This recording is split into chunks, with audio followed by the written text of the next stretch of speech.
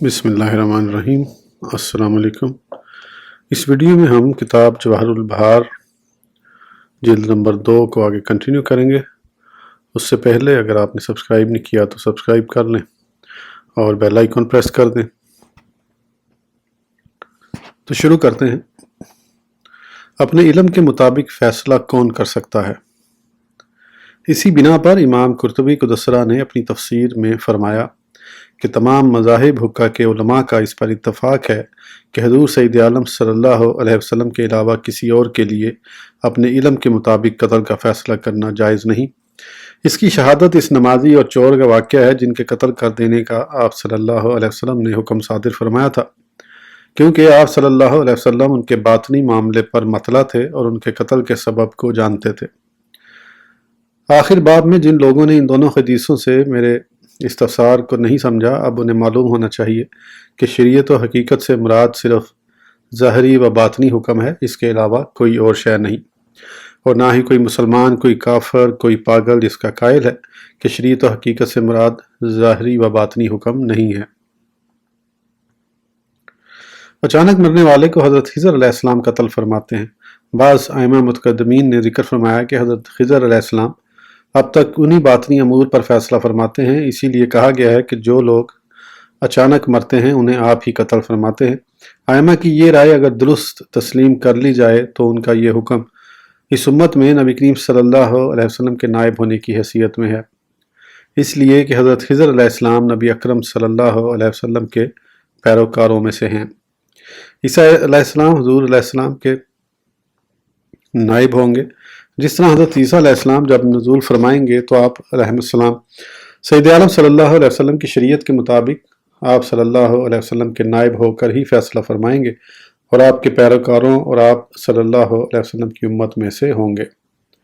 حضرت موسیٰ اور سید عالم صلی اللہ علیہ وسلم کے کلیم اللہ ہونے میں فرق۔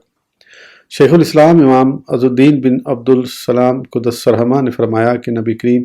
صلی اللہ علیہ وسلم کے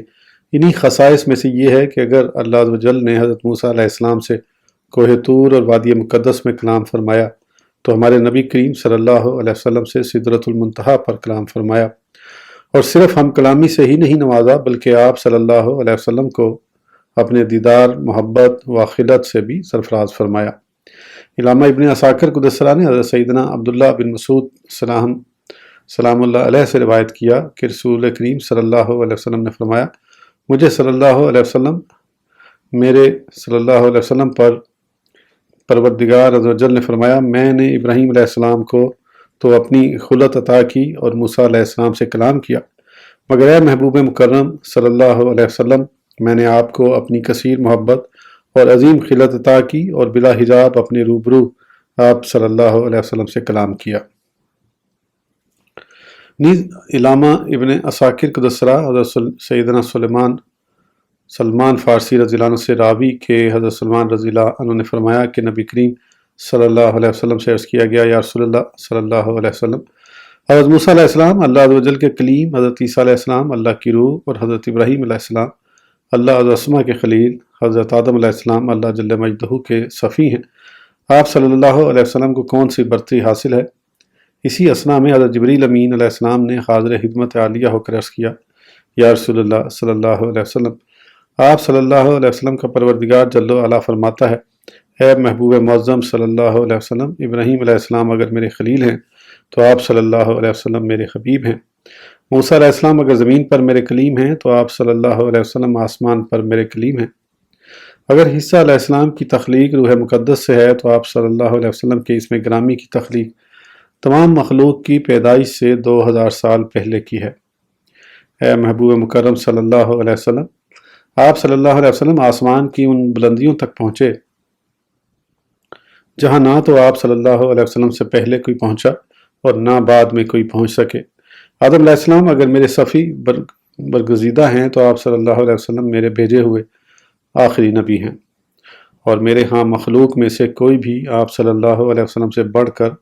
مکرم نہیں۔ ان کے علاوہ یہ خوبیاں بھی صرف آپ صلی اللہ علیہ وسلم ہی کو دی گئی ہیں۔ میں نے آپ صلی اللہ علیہ وسلم کو حوض کوثر، شفاعت عظمیٰ، شاخ، اونٹنی، تاج، شجاعت، حج و عمرہ اور برکات ماہ رمضان مرحمت کیے۔ شفاعت سب کی سب آپ صلی اللہ علیہ وسلم کے لیے ہے، یعنی شفاعت کے کل اقسام کے آپ صلی اللہ علیہ وسلم ہی مالک ہوں گے، حتیٰ کہ قیامت میں میرے عرش کا سایہ آپ صلی اللہ علیہ وسلم پر ہی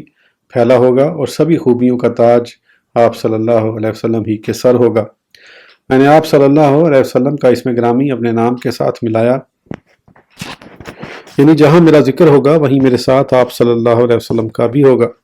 میں نے دنیا اور دنیا والوں کو صرف اس لیے بنایا تھا کہ میرے ہاں آپ صلی اللہ علیہ وسلم کا جو مرتبہ و مقام اور شرافت و بزرگی ہے وہ انہیں بتا دوں۔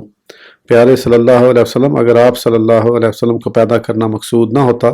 تو میں دنیا ہی پیدا نہ کرتا۔ نیز امام ابن عساکر قدس سرہ حضرت جابر رضی اللہ عنہ سے راوی کہ حضرت جابر رضی اللہ عنہ نے فرمایا، سید عالم صلی اللہ علیہ وسلم نے فرمایا، بے شک اللہ جل اسمہ نے حضرت موسیٰ علیہ السلام کو اپنی ہم کلامی سے نوازا اور مجھے صلی اللہ علیہ وسلم اپنے دیدار سے سرفراز فرمایا، اور نیز مقام محمود اور حوض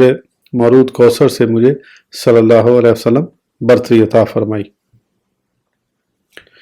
اور یہی امام ابن عساکر قدس سرہ حضرت سیدنا انس رضی اللہ عنہ سے راوی کہ رسول کریم صلی اللہ علیہ وسلم نے فرمایا، جب مجھے صلی اللہ علیہ وسلم راتوں رات سیر کرائی گئی تو اللہ عز و جل نے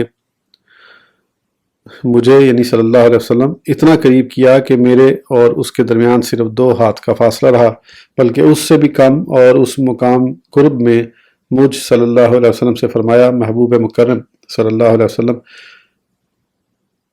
کیا آپ صلی اللہ علیہ وسلم کو یہ غم تو نہیں کہ میں نے آپ صلی اللہ علیہ وسلم کو آخری نبی بنا کر بھیجا ہے؟ میں صلی اللہ علیہ وسلم نے عرض کی، نا خداوندہ۔ پھر اللہ عز و جل نے فرمایا، تو کیا آپ صلی اللہ علیہ وسلم کو اپنی امت کا یہ غم ہے کہ میں نے انہیں سب امتوں کے بعد بنایا؟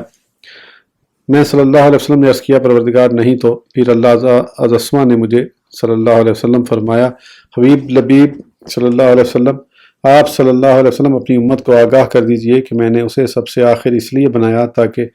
پہلی امتوں کو اس کے سامنے رسوا کروں اور انہیں ان کے سامنے کسی قسم کی خفت محسوس نہ ہو۔